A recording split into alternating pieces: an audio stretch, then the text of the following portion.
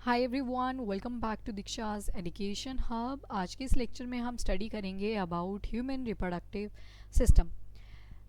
वैसे तो मैं यहाँ पे आपको पहले बताऊंगी लेबलिंग कि जो मेल का रिप्रोडक्टिव सिस्टम है और फीमेल का रिप्रोडक्टिव सिस्टम है उसमें क्या क्या डिफरेंसेस हैं और कैसी उनकी अपीयरेंस है।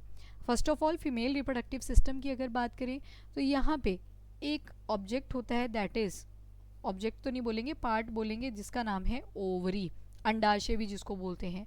हम पढ़ते हैं ना कि जो मेंस्ट्रुअल साइकिल होती है, हर महीने एक अंडा रिलीज होता है, एक एग रिलीज होता है। वो कहाँ से होता है?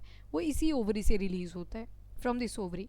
फिर इसको पकड़ा हुआ है फिंगर लाइक स्ट्रक्चर ने। इट्स लाइक कि ऐसे जैसे पकड़ा हुआ है। ये जो फिंगर लाइक स्ट्रक्चर्स होंगे ना, they are known as fimbriae. उनको क्या बोलते हैं? फिम्ब्रे। अब जैसे हथेली है ना, यहाँ पे ये जो कैविटी सी बन रही है, that part is known as infundibulum. उसको क्या बोल देते हैं हम? इनफंडिब्यूलम। उसके बाद ये जो पूरी की पूरी पाइप लाइक स्ट्रक्चर आपको दिख रहा है, इस पूरी पाइप को हम बोल देते हैं फेलोपियन ट्यूब। क्या बोल देते हैं इसे? Fallopian tube. फेलोपियन ट्यूब के दो हिस्से होते हैं। ये जो इनफंडिब्यूलम से आगे वाला पार्ट होता है, this part is known as ampulla. इसको बोलते हैं एम्प्यूला। और आगे वाला जो होता है उसको बोल देते हैं इस्थमस। उसे क्या बोल देते हैं हम? उसे हम बोलते हैं इस्थमस। इसके अलावा अगर थोड़ा सा और आगे चलें हम, तो हमें दिखेगा यूट्रस। ये जो ये वाली बॉडी होती है, this part is known as uterus. ये पूरा क्या है? यूट्रस। जहाँ पे मेंस्ट्रुअल ब्लड की जो लाइनिंग बनती है, एंडोमेट्रियम वाली लाइनिंग बनती है, वो भी कहाँ पे बनती है? इसी पार्ट पे बनती है। और अगर इन केस स्पर्म्स मिल जाए ओवम को, तो वो जो यहाँ पे बेबी होता है वो भी कहाँ पे इम्प्लांट होता है? वो इसी यूट्रस के अंदर ही इम्प्लांट होता है। फिर आप देखोगे अगला पार्ट, दैट इज सेर्विक्स। सेर्विक्स जो है, रिसेंटली आपने सुना होगा, यहाँ पे एक कैंसर कॉजिंग वायरस होता है जिसका नाम है human papilloma virus. Human papilloma virus. ये जो HPV होता है, इसके लिए एक वैक्सीन आई है जिसका नाम है सर्वावैक। तो सर्वाइकल कैंसर की अगर बात करें तो फीमेल्स के केस में फर्स्ट रैंक पे आता है ब्रेस्ट कैंसर, सेकेंड रैंक पे आता है cervical cancer, and third rank पे आता है ओवेरियन कैंसर। तो इसी सर्वाइकल की वो बात होती है। सर्वाइकल तो हमें यहाँ स्केलेटन सिस्टम का जो वर्टिब्रल कॉलम का सर्वाइकल पेन बोलते हो ना, वो वाला नहीं है। ये सर्विक्स नीचे वाला है, जो फीमेल्स के ही केस में होगा, जो वजाइना से थोड़ा सा ऊपर प्रेजेंट होता है। Then coming to the next part, जिसको बोलते हैं वजाइना, जो कि योनि भी होती है फीमेल्स के केस में। तो ये जो पूरा का पूरा स्ट्रक्चर है, ये है आपके फीमेल का रिप्रोडक्टिव सिस्टम। यहाँ पे एक छोटी सी पाइप लाइक स्ट्रक्चर आपको दिख रही होगी जो यूट्रस से जाके जुड़ी है। एक तरफ ओवरी है, एक तरफ यूट्रस है। ये होता है ओवेरियन लिगामेंट। ऐसा लिगामेंट जो ओवरी को कहाँ पे जोड़ रहा है? यूट्रस के साथ जोड़ के रख रहा है। तो ये तो बेसिक हमने देखी कि कैसी अपीयरेंस होती है फीमेल रिप्रोडक्टिव सिस्टम की। उसी तरह से अगर मेल्स की बात करें तो ये तो पेनिस वाला एरिया है, जिसके थ्रू यूरिनेशन भी करी जाती है, यानी कि मूत्र त्याग भी किया जाता है, और साथ में क्या किया जाता है? रिप्रोड्यूस भी किया जाता है, रिप्रोडक्शन भी करी जाती है। इन शॉर्ट, जो स्पर्म्स की इजेक्यूलेशन होती है, शुक्राणुओं को जो बाहर निकाला जाता है, वो भी कहाँ से निकाला जाता है? इसी पेनिस के थ्रू। और जो मेल का रिप्रोडक्टिव ऑर्गन होता है, ये बाहर को हैंग्ड फॉर्म में मिलता है। ये साइड में जो दिखाया है, ये क्या है? ये टेस्टिस हैं, जिनको वृषण भी बोलते हैं। हिंदी में इनको वृषण बोल देते हैं। टेस्टिस होती हैं ये, ठीक है। These are the testis, that is the actual part जहाँ पे आपकी स्पर्म्स बनती हैं। जो मेल्स होते हैं उनके स्पर्म्स कहाँ पे बनते हैं? वो बनते हैं टेस्टिस के अंदर। अब एक टिप दिखेगी पेनिस की। पेनिस के ऊपर एक बिल्कुल टिप लाइक स्ट्रक्चर है, जिसको हम क्या बोल देते हैं? उसको हम बोलते हैं ग्लैंस पेनिस। एंड ये जो लंबे वाला स्ट्रक्चर होता है उसको हम बोलते हैं पेनिस। और इसके अंदर इरेक्टाइल टिश्यू होते हैं। इरेक्टाइल टिश्यू जो होते हैं वो स्पर्म को बाहर फेंकने में हेल्प करते हैं, दैट इज इरेक्टाइल टिश्यू। अब अगर टेस्टिस की बात करें, थोड़ा सा साइड में देखें, वृषणों की बात करें, तो दो टेस्टिकल्स होते हैं ह्यूमन बॉडी के अंदर, मेल्स के अंदर। और इनके बाहर से एक कवरिंग होती है, बैग लाइक स्ट्रक्चर होता है, और उसको हम बोल देते हैं स्क्रॉटम। क्या बोल देते हैं उसको हम? स्क्रॉटम। स्क्रॉटम जो होता है इन टेस्टिस को कवर करके रखता है। टेस्टिस के ऊपर आपको सी शेप की कवरिंग सी दिखेगी। ये जो सी शेप की कवरिंग दिख रही है, इसको हम क्या बोलते हैं? इसको हम बोलते हैं एपिडिडाइमिस। इसको हम क्या बोलते हैं? एपिडिडाइमिस। दोनों टेस्टिस के ऊपर आपको एक सी की कवरिंग मिलेगी, जिसको हम क्या बोलते हैं?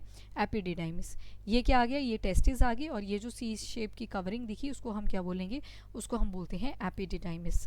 उसके बाद आप देखोगे यहाँ पे एक बहुत लंबी सी ट्यूब लाइक स्ट्रक्चर है। ये जो ट्यूब लाइक स्ट्रक्चर है इसको हम नाम दे देते हैं वैस डिफरेंस का, इसको हम नाम देते हैं वैस डिफरेंस का। एक और होती है आपकी जिसको हम बोलते हैं वैस इफरेंस। क्या बोलते हैं? वैस इफरेंस। वैस इफरेंस क्या करता है, जब टेस्टिस के अंदर स्पर्म बन जाते हैं तो स्पर्म को कैरी करता है फ्रॉम टेस्टिस टू आपके कहाँ पे, रेटी टेस्टिस से कहाँ पे, दैट इज एपिडिडाइमिस में, तो वहाँ पे वैस इफरेंसिया होता है। पर आगे जाओगे ये जो लंबी वाली ट्यूब मिलेगी दिस इज योर वैस डिफरेंसिया। उसके बाद जब पेनिस में ये चली जाती है ट्यूब लाइक स्ट्रक्चर, तो वहाँ पे आप देखोगे छोटे छोटे ग्लैंड्स भी प्रेजेंट होंगे, जैसे ये वाली ग्लैंड दिख रही है, ये वाली ग्लैंड दिख रही है। तो this gland is named as seminal vesicle, इसको क्या बोलते हैं हम? Seminal vesicle. फिर उसके बाद आप देखोगे एप्रिकॉट शेप का एक ग्लैंड मिल जाता है जिसका नाम है प्रोस्टेट ग्लैंड। क्या नाम है? Prostate gland. थोड़ा सा और आगे जाओगे तो यहाँ पे होते हैं आपके बल्बो यूरिथ्रल ग्लैंड। क्या होते हैं? बल्बो यूरिथ्रल ग्लैंड, जिनका एक और नाम रहता है काउपर्स ग्लैंड। क्या रहता है? Cowper's gland. फंक्शन क्या क्या है वो तो हमें वन बाय वन देखने हैं, पर उससे पहले क्या देखा हमने? जस्ट एक बेसिक पार्ट्स देख लिए कि ह्यूमन रिप्रोडक्टिव सिस्टम के अंदर आखिर हमें दिखाई क्या क्या देगा, कौन कौन से पार्ट्स रहेंगे, कौन सी चीज़ कहाँ पे बनेगी, वो हम अपकमिंग चीज़ों में देखते चलेंगे। फर्स्ट ऑफ ऑल रिप्रोडक्शन कैसे होती है छोटे छोटे ऑर्गेनिज्म के अंदर। छोटे भी कैसे वाले? तो जो सिंगल ऑर्गेनिजम्स होते हैं जिनकी एक बॉडी जो होती है वो सेल की फॉर्म में होती है, जिनकी पूरी की पूरी कोशिका ही क्या करती है? बॉडी की तरह एक्ट करती है, उसके बारे में स्टडी करते हैं। तो जो एक कोशिका वाले ऑर्गेनिजम्स होते हैं वो कैसे मल्टीप्लाई करते हैं? तो अलैंगिक प्रजनन से, एसेक्सुअल रिप्रोडक्शन से वो डिवाइड करते हैं। अब ये अलैंगिक प्रजनन क्या होती है, एसेक्सुअल रिप्रोडक्शन क्या होती है? तो इसमें जो नए इंडिविजुअल बन के आते हैं वो कहाँ से बनते हैं? वो या तो स्पेशलाइज या फिर अनस्पेशलाइज पार्ट से बनते हैं, एक ही पेरेंट के, बिना किसी फर्टिलाइजेशन के, विदाउट फर्टिलाइजेशन और fusion of gametes. In short जो आपकी अलैंगिक प्रजनन रहेगी या फिर एसेक्सुअल रिप्रोडक्शन रहेगी, जैसे ह्यूमन बीइंग्स में दोनों पेरेंट्स का होना ज़रूरी होता है, मेल भी होना चाहिए एंड फीमेल भी होनी चाहिए, पर अलैंगिक के केस में ये चीज़ नहीं होती। यहाँ पे एक ही पेरेंट से काम हो जाता है, मतलब बेबी प्रोड्यूस हो जाते हैं only from the one parent. तो दैट इज़ नोन एज अलैंगिक प्रजनन या फिर एसेक्सुअल रिप्रोडक्शन। यानी कि यहाँ पे जो युग्मक होते हैं, गैमीट्स होते हैं, गैमीट क्या होते हैं? जैसे ह्यूमन बीइंग की बात कर लेते हैं दोबारा से, एक स्पर्म आ जाएगी, दूसरा क्या आ जाता है? ओवम आ जाता है। तो ना तो स्पर्म होते हैं यहाँ पे, ना ही कोई ओवम होता है।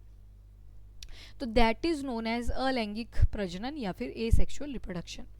अब दो जो न्यू इंडिविजुअल बन के आएंगे वो कैसे होंगे? वो यूनिपेरेंटल से बनेंगे, यानी कि एक ही पेरेंट से बन के आ जाएंगे, कोई गैमेट की फ्यूजन नहीं होगी।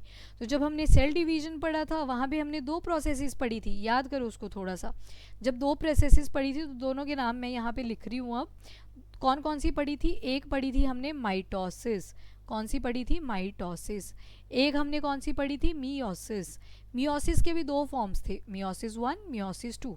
माइटोसिस को हमने समसूत्री बोला था क्योंकि यहाँ पे क्रोमोसोम का नंबर कितना रखा जाएगा?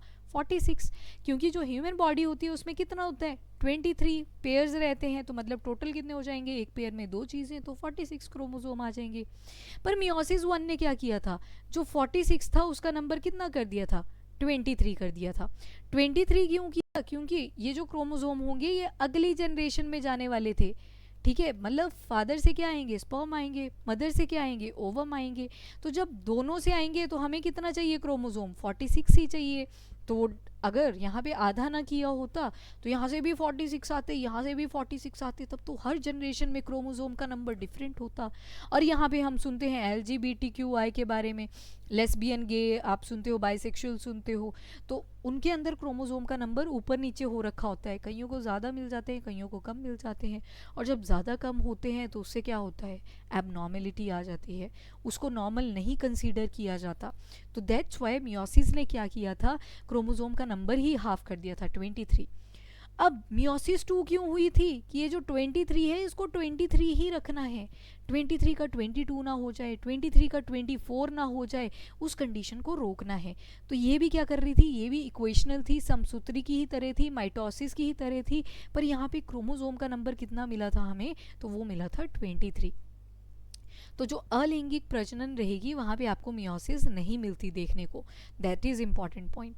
अब म्यूटेशंस तो होती रहती हैं। म्यूटेशन में क्या होता है? वो जेनेटिक मटेरियल की बात होती है, जो अनुवंशिक जो मटेरियल रहता है, पदार्थ रहता है, जैसे आपका आरएनए आ जाएगा, आरएनए के अलावा डीएनए आ जाएगा, इनके अंदर जो सीक्वेंसेस होते हैं उसमें कोई चेंज आ जाता है, उसी को तो बोलते हैं परिवर्तता, दैट इज़ म्यूटेशन। परिवर्तन हो रहा है, किस में हो रहा है? तो जेनेटिक मटेरियल के अंदर हो रहा है, that is known as mutation. अब जितने भी इंडिविजुअल्स एसेक्सुअल रिप्रोडक्शन शो करते हैं वो सारे के सारे जेनेटिकली आपको सिमिलर मिलेंगे, ठीक है। उनकी जेनेटिकली अगर मेकअप देखोगे तो वो कैसा रहता है? सेम रहता है। क्लोन होते हैं, एक तरह से बोलते हैं ना, क्लोन ही है पूरा का पूरा। क्लोन का मतलब होता है जैसे पेरेंट दिख रहे थे वैसे ही क्या दिखेंगे? उनके बेबीज दिखेंगे। और उस कंडीशन को क्लोन के साथ साथ हम रैमिट भी बोल देते हैं, रैमिट भी बोल देते हैं। If we will see asexual reproduction के फीचर, तो सिंगल पेरेंट इन्वॉल्व रहते हैं, हमने देख लिया। फ्यूज़न नहीं होती कोई भी गैमेट की, युग्मों की कोई फ्यूज़न नहीं होती, ना तो स्पर्म है यहाँ पे ना ही ओवम है, कोई फ्यूज़न नहीं हो रही।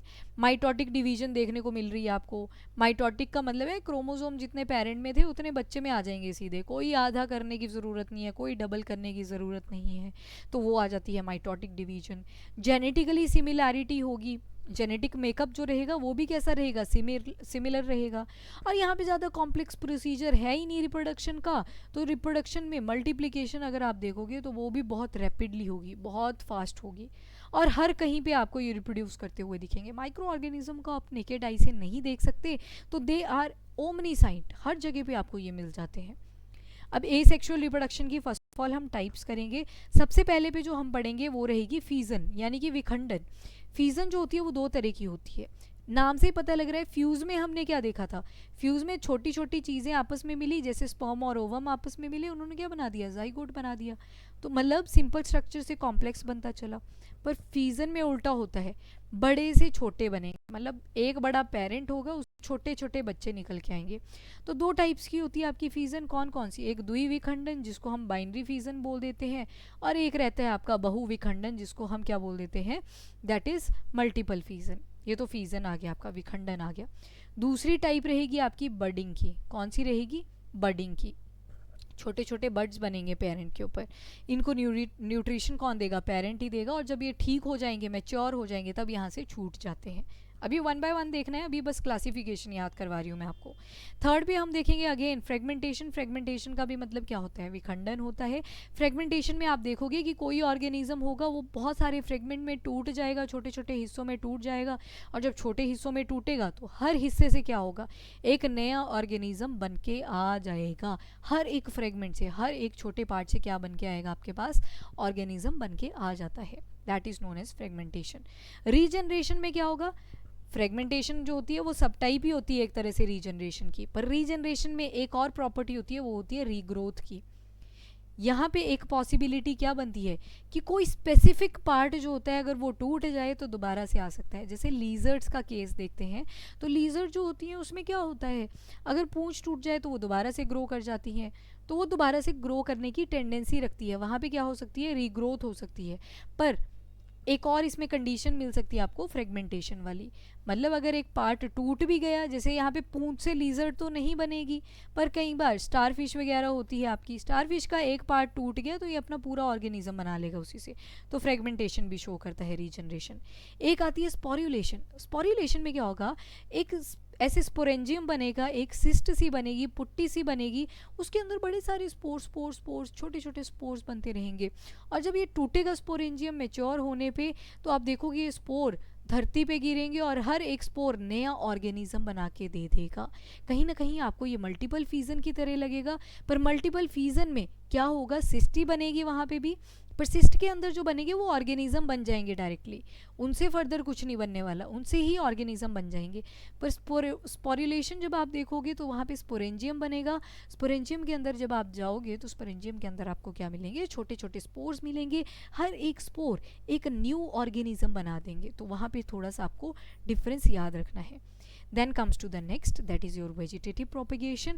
Vegetative propagation यानी कि वनस्पति में कैसे कैसे ग्रोथ्स होती हैं, तो वहाँ पे एक तो प्राकृतिक मेथड देखेंगे हम, प्राकृतिक प्रक्रिया देखेंगे, दूसरी देखेंगे आर्टिफिशियल मेथड यानी कि कृत्रिम प्रक्रिया। सबसे पहले हम फीजन से शुरू करने वाले हैं। तो फीजन की अगर बात करें तो जो पेरेंट होगा वो डिवाइड करेगा दो इंडिविजुअल्स बनाने के लिए। फीजन मैंने आपको बताया कि फीजन में बड़ा वाला तो पेरेंट रहेगा और इसी से क्या बनेंगे, दो छोटे छोटे बेबीज बनेंगे, डॉटर सेल्स उनका हम नाम रखने वाले हैं। तो वन बाय वन देखते हैं, पहले हम बाइनरी फीजन को अंडरस्टैंड करेंगे। बाइनरी फीजन को जब हम अंडरस्टैंड करेंगे तो बाइनरी फीजन में क्या होता है, बाइनरी का मतलब होता है दो, द्विविखंडन इसको हम बोलते हैं, द्विविखंडन, द्विविखंडन। यहाँ पे क्या होगा, जो आपका पेरेंट सेल होगा वो दो ऑर्गेनिजम्स में डिवाइड कर जाएगा, दो बनेंगे छोटे छोटे, क्या करेंगे ये, दो बनेंगे छोटे छोटे ऑर्गेनिज्म। जो बाइनरी फीजन होती है ये फेवरेबल कंडीशन में होती है, किस में होती है, फेवरेबल कंडीशन में। जो एक कोशिका वाले आपके जीव होते हैं वो मैच्योर करते हैं और डिवाइड कर जाते हैं दो छोटी छोटी कोशिकाओं में, जिनको हम डॉटर सेल्स बोलते हैं। न्यूक्लियस या फिर जिसको न्यूक्लियर मैटर भी बोलते हैं वो इलोंगेट करता है और दो हिस्सों में डिवाइड कर जाता है। एग्जाम्पल आता है amoeba, paramecium, euglena, leishmania. One by one देख लो।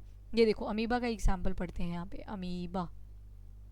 अमीबा में क्या हुआ, ये पेरेंट सेल था, ठीक है, पेरेंट सेल ही तो बॉडी की तरह एक्ट कर रहा था। बीच में क्या है, न्यूक्लियस है, क्या है बीच में, देयर इज न्यूक्लियस। न्यूक्लियस क्या करेगा, इलोंगेट करेगा, लंबा हो जाएगा इस तरह से।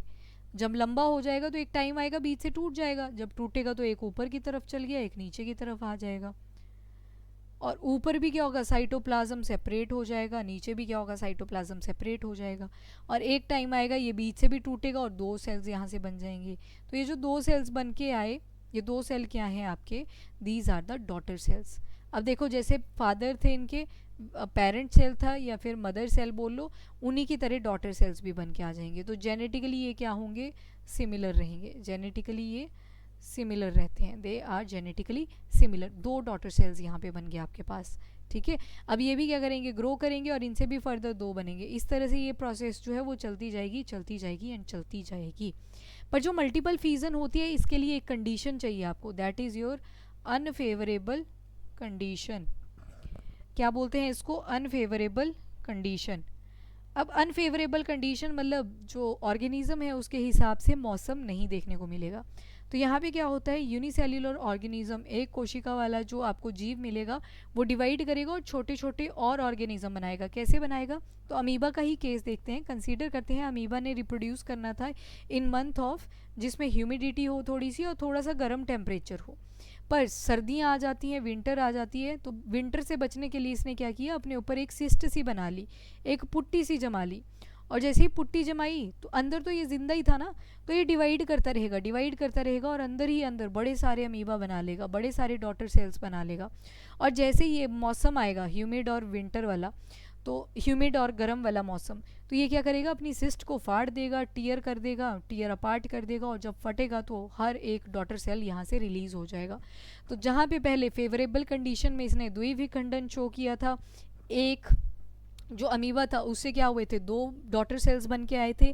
पर in case of multiple fusion क्योंकि यहाँ पे अनफेवरेबल कंडीशन आ चुकी है, जिसकी वजह से इसने क्या किया, सिस्ट बना ली, एक पुट्टी सी बना ली, उसके अंदर ये डिवाइड करता रहा करता रहा करता रहा और फाइनली क्या किया, छोटे छोटे ये जो डॉटर सेल्स हैं इनको बाहर निकाल दिया। तो एक अमीबा से मल्टीपल भी बन सकते हैं। इसमें और भी एग्जाम्पल्स आप याद कर सकते हो, जैसे प्लाज्मोडियम आ जाएगा इसमें, ठीक है, प्लाज्मोडियम आ गया, पैरामीशियम आ गया, तो वो सब आ जाएंगे इसके अंडर एग्जाम्पल्स। बडिंग करेंगे पर करेंगे इन द नेक्स्ट लेक्चर। अभी के लिए इतना ही। If you like the video do like and share as well as subscribe the channel. Till then bye bye, take care, thank you and have a nice day, studying, keep watching.